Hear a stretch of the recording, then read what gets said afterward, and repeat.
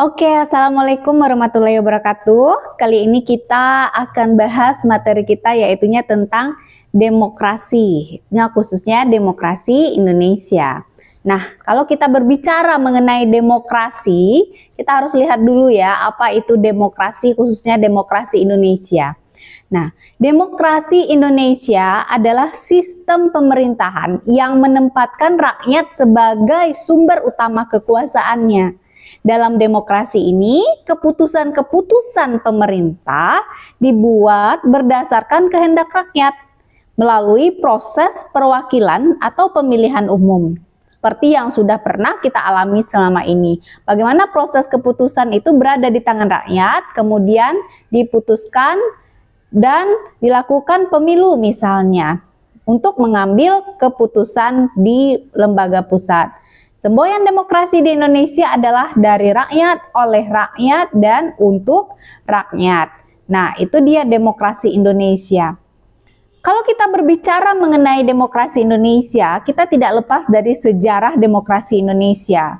Kita lihat pertama sejarah demokrasi Indonesia, yang pertama yaitu ada pada masa awal kemerdekaan. Nah, pada masa awal kemerdekaan demokrasi Indonesia sudah mulai berjalan, yaitu pada tahun 1945 sampai tahun 1959. Nah, setelah Indonesia melakukan proklamasi kemerdekaannya pada tanggal 17 Agustus 1945, sistem pemerintahan Indonesia menganut sistem parlementer.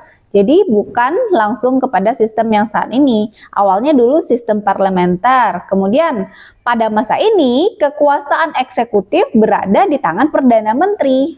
Nah, yang bertanggung jawab pada parlemen atau DPR. Jadi dulu kita punya Perdana Menteri, kalau sekarang tidak, kita punya DPR dan MPR. Nah, di zaman awal setelah kemerdekaan ada Perdana Menteri yang kita punya. Nah, sistem demokrasi ini berubah seiring berjalannya waktu. Yang kedua, yaitunya adanya demokrasi terpimpin. Nah, namanya aja demokrasi terpimpin ya, berarti ada pimpinan di sana yang memiliki peran dan fungsi yang utama dalam melaksanakan demokrasi di negara kita. Ini terjadinya kapan? Sejak tahun 1959 sampai dengan 1966. Nah, ketidakstabilan politik mendorong Presiden Soekarno untuk mengeluarkan dekret Presiden 5 Juli 1959. Hal ini ya yang membubarkan konstituante dan memberlakukan kembali Undang-Undang Dasar 1945.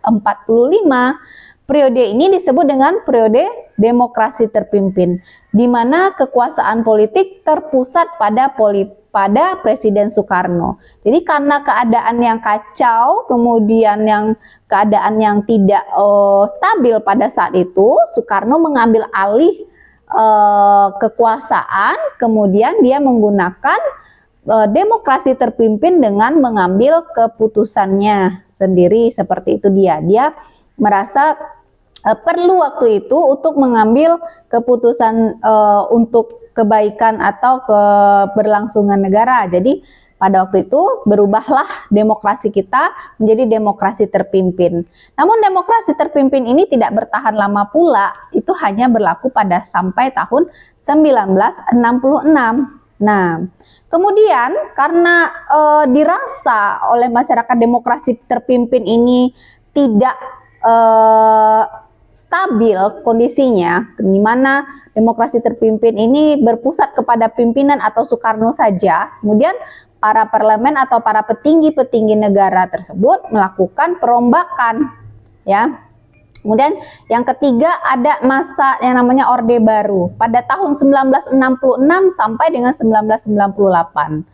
Nah, setelah Soekarno itu lengser, ya, itu kan setelah Soekarno turun atau Soekarno tidak menjabat sebagai presiden lagi, Soeharto mengambil alih kekuasaan melalui dukungan militer dan politik. Soeharto pada saat itu merupakan tokoh militer, ya, kemudian mendapat dukungan dari tokoh militer dan politik. Pada masa ini Soeharto memperkenalkan konsep demokrasi Pancasila. Nah, idenya bagus dari Soeharto. Jadi demokrasi Pancasila ini ide utama dari Soeharto. yang menekankan stabilitas politik dengan kendali ketat oleh pemerintah pada waktu itu. Nah, itu dia. Kemudian yang keempat, reformasi dan demokrasi modern. Nah, setelah tahun 1966 sampai 1998 Orde Baru, penguasaan tertinggi itu berada pada Presiden Soeharto. Nah, dilihat dari segi pemerintahannya, pada awalnya memang masyarakat atau negara kita pembangunannya oke, masyarakatnya baik, kemudian ekonominya stabil, namun terjadi kegejanggalan di berbagai sisi. Nah, kemudian pada masa ini turunlah mahasiswa ke lapangan untuk melakukan demonstrasi-demonstrasi untuk memprotes kebijakan-kebijakan yang dilakukan oleh presiden, ya. Nah, berbagai macam kejanggalan muncul di dalam Orde Baru ini. Kemudian muncul yang namanya reformasi dan demokrasi modern. Nah, pada tahun 1998, krisis ekonomi nih awalnya, ya. Awalnya mulai dari krisis moneter. Nah, istilah itu pernah kita dengar ya, krisis moneter. Kemudian tekanan politik juga mengakibatkan jatuhnya Soeharto. Nah, era reformasi dimulai ditandai dengan desentralisasi kekuasaan, pembatasan masa jabatan presiden, kebebasan pers, pemilu langsung yang demokratis. Nah, kita lihat ya, dulu Soeharto berapa tahun menjabatnya. Nah, pada zaman reformasi dibatasin, presiden itu hanya bisa 2 periode saja. Kebebasan pers, kalau dulu kan orang pada zaman Soeharto itu kebebasan pers itu sangat terbatas sekali. Nah, media-media yang berbicara asal, kemudian yang memprotes kebijakan pemerintah itu ditangkap, ditahan, kemudian diasingkan sampai ada yang dilakukan sampai keluarganya juga mendapatkan efek atau dampak dari kebebasan dari kalau kita berbuat atau kita menulis hal-hal yang macam-macam terhadap pemerintahan. Namun kalau di zaman reformasi itu kebebasan pers sudah mulai terbuka. Pers sudah mulai bisa menulis apapun itu, sudah mulai memberitakan kebenaran dan fakta-fakta sehingga pemerintah tidak bisa lagi sewena-wena. Masyarakat dari Sabang sampai Merauke itu sudah tahu bagaimana atau kondisi dari negara kita melalui berita-berita yang di-share melalui pers. Nah, kemudian ditandai juga dengan pemilu yang berlangsung demokratis. Sudah mulai dampak pemilu ini sudah bagus. Dilihat pemilihan presiden sudah mulai dilakukan pada saat itu. Nah, kalau kita berbicara mengenai demokrasi, nah konsep demokrasi itu sendiri apa? Konsep demokrasi yang pertama itu adalah kedaulatan rakyat. Kemudian adanya pemilu, kemudian adanya pengakuan HAM, adanya pemisahan kekuasaan pemerintah pusat, pemerintah daerah. Kemudian peradilan yang independen, kemudian ada keterlibatan publik, kemudian ada akuntabilitas dan transparansi, dan juga ada pembagian kekuasaan. Jadi itu dia konsep demokrasi. Sudah mulai jelas dan sudah mulai tertata pada saat setelah era reformasi di Indonesia. Nah, kemudian kalau kita lihat lagi mengenai prinsip demokrasi. Kalau tadi konsepnya, kalau sekarang kita lihat prinsipnya. Prinsip demokrasi itu adalah kedaulatan di tangan rakyat, keadilan sosial, musyawarah untuk mufakat, kemudian ada keseimbangan antara hak dan kewajiban, menjunjung tinggi nilai-nilai kemanusiaan, ada persatuan dan kesatuan, ada supremasi hukum dan pemerintahan yang berdasarkan konstitusi. Kemudian ada ketuhanan yang Maha Esa. Nah, kalau kita lihat di sini ya, prinsip-prinsip demokrasi Pancasila ini ada di dalam sila-sila Pancasila. Nah, itu dia. Kemudian kita lihat lagi komponen dari demokrasi Indonesia. Apa komponen-komponennya? Nah, yang pertama ada kedaulatan rakyat. Yang utama itu adalah penguasa tertinggi itu adalah rakyat, ya. Ada pemilu yang bersifat jurdil, jujur, umum, bebas, dan adil. Kemudian yang ketiga, ada kebebasan berpendapat dan berserikat. Nah, yang keempat ada perwakilan rakyat, ada pemerintahan yang terbuka dan akuntabel, ada supremasi hukum, ada penegakan hukum, rule of law, ada pembagian kekuasaan, kemudian ada HAM, ada musyawarah untuk mufakat, kemudian ada peran media massa, dan ada peran partai politik. Nah, di sini sudah mulai terbuka, ya, sudah mulai ada penegakan di bagian masing-masing, ya. Ada peran media massa di sini yang mengawal proses pemerintahan, ada peran partai politik yang mengkritik setiap keputusan yang dijalankan oleh pemerintahan, sehingga demokrasi itu lebih terbuka dan lebih terkontrol dari siapapun yang melaksanakannya. Nah, itu dia komponen demokrasi Indonesia. Kemudian kalau kita lihat di samping demokrasi Indonesia itu kan demokrasi Pancasila. Ya, selain demokrasi Pancasila, sebenarnya jenis-jenis demokrasi itu ada banyak ya.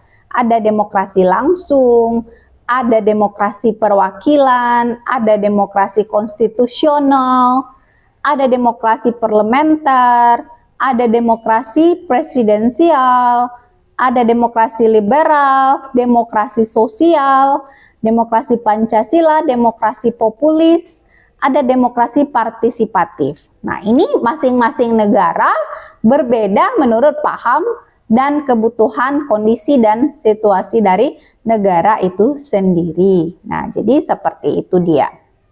Kalau Indonesia itu sudah menganut sistem demokrasi Pancasila yang benar-benar menjiwai kebudayaan Indonesia itu sendiri. Karena ini lahir dari kebudayaan Indonesia, kemudian lahir dari akar budaya Indonesia yang beraneka ragam dan kebutuhan, kondisi, ciri, masyarakat, budaya, alam yang melahirkan nilai-nilai dari Pancasila, sehingga demokrasi yang kita anut adalah demokrasi Pancasila. Begitu juga dengan demokrasi-demokrasi di negara lain, itu berhubungan dengan kebutuhan mereka juga sebagai bangsa dan negara dan disesuaikan dengan kondisi mereka. Nah, kemudian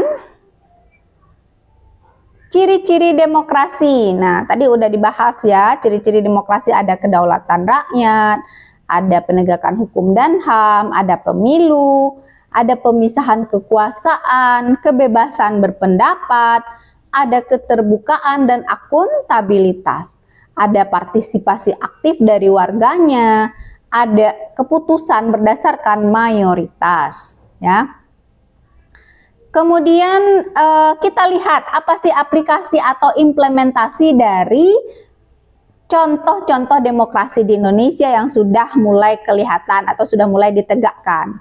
Yang pertama, pemilu. Kita lihat pemilu ya. Pemilu itu kan bentuk nyata dari demokrasi ya, di mana kita punya hak untuk memilih wakil-wakil rakyat yang berada atau yang duduk di kursi pemerintahan. Kita berhak memilih siapa orang-orang yang akan mewakili aspirasi kita duduk di pemerintahan. Nah, mulai dari tingkat daerah sampai dengan ke tingkat pusat ya, presiden. Kemudian ada pemilihan kepala daerah atau pilkada. Ya, pilkada berlangsung secara langsung di mana rakyat daerah berpartisipasi untuk memilih pemimpin mereka di tingkat lokal. Itu dia. Nah, kemudian sudah adanya kebebasan berpendapat dan media. Nah, kebebasan media, media massa, elektrik, elektronik, media sosial, sudah ada kebebasan berpendapat selagi masih dalam batas kewajaran ya.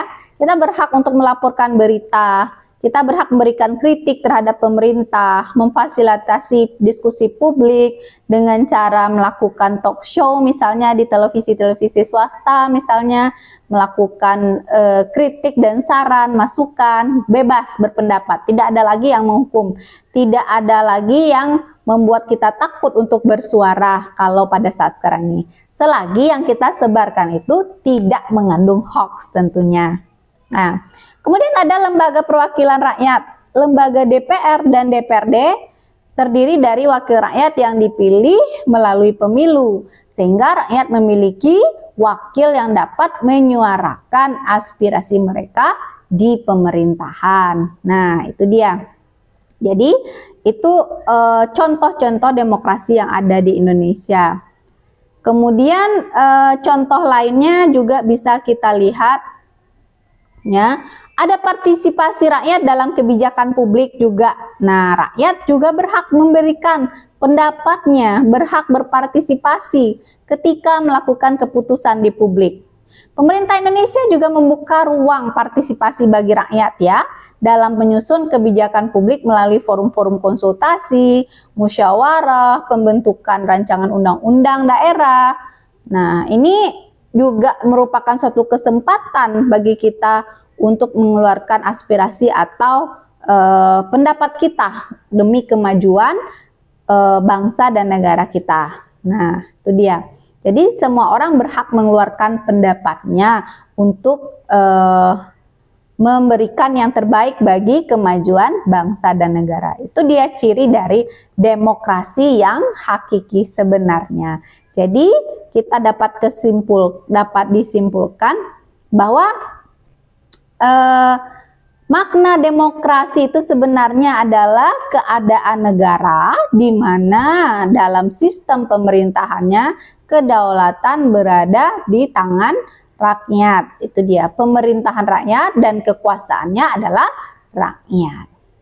Oke, mungkin cukup sekian untuk materi kita hari ini. Terima kasih untuk perhatiannya. Assalamualaikum warahmatullahi wabarakatuh.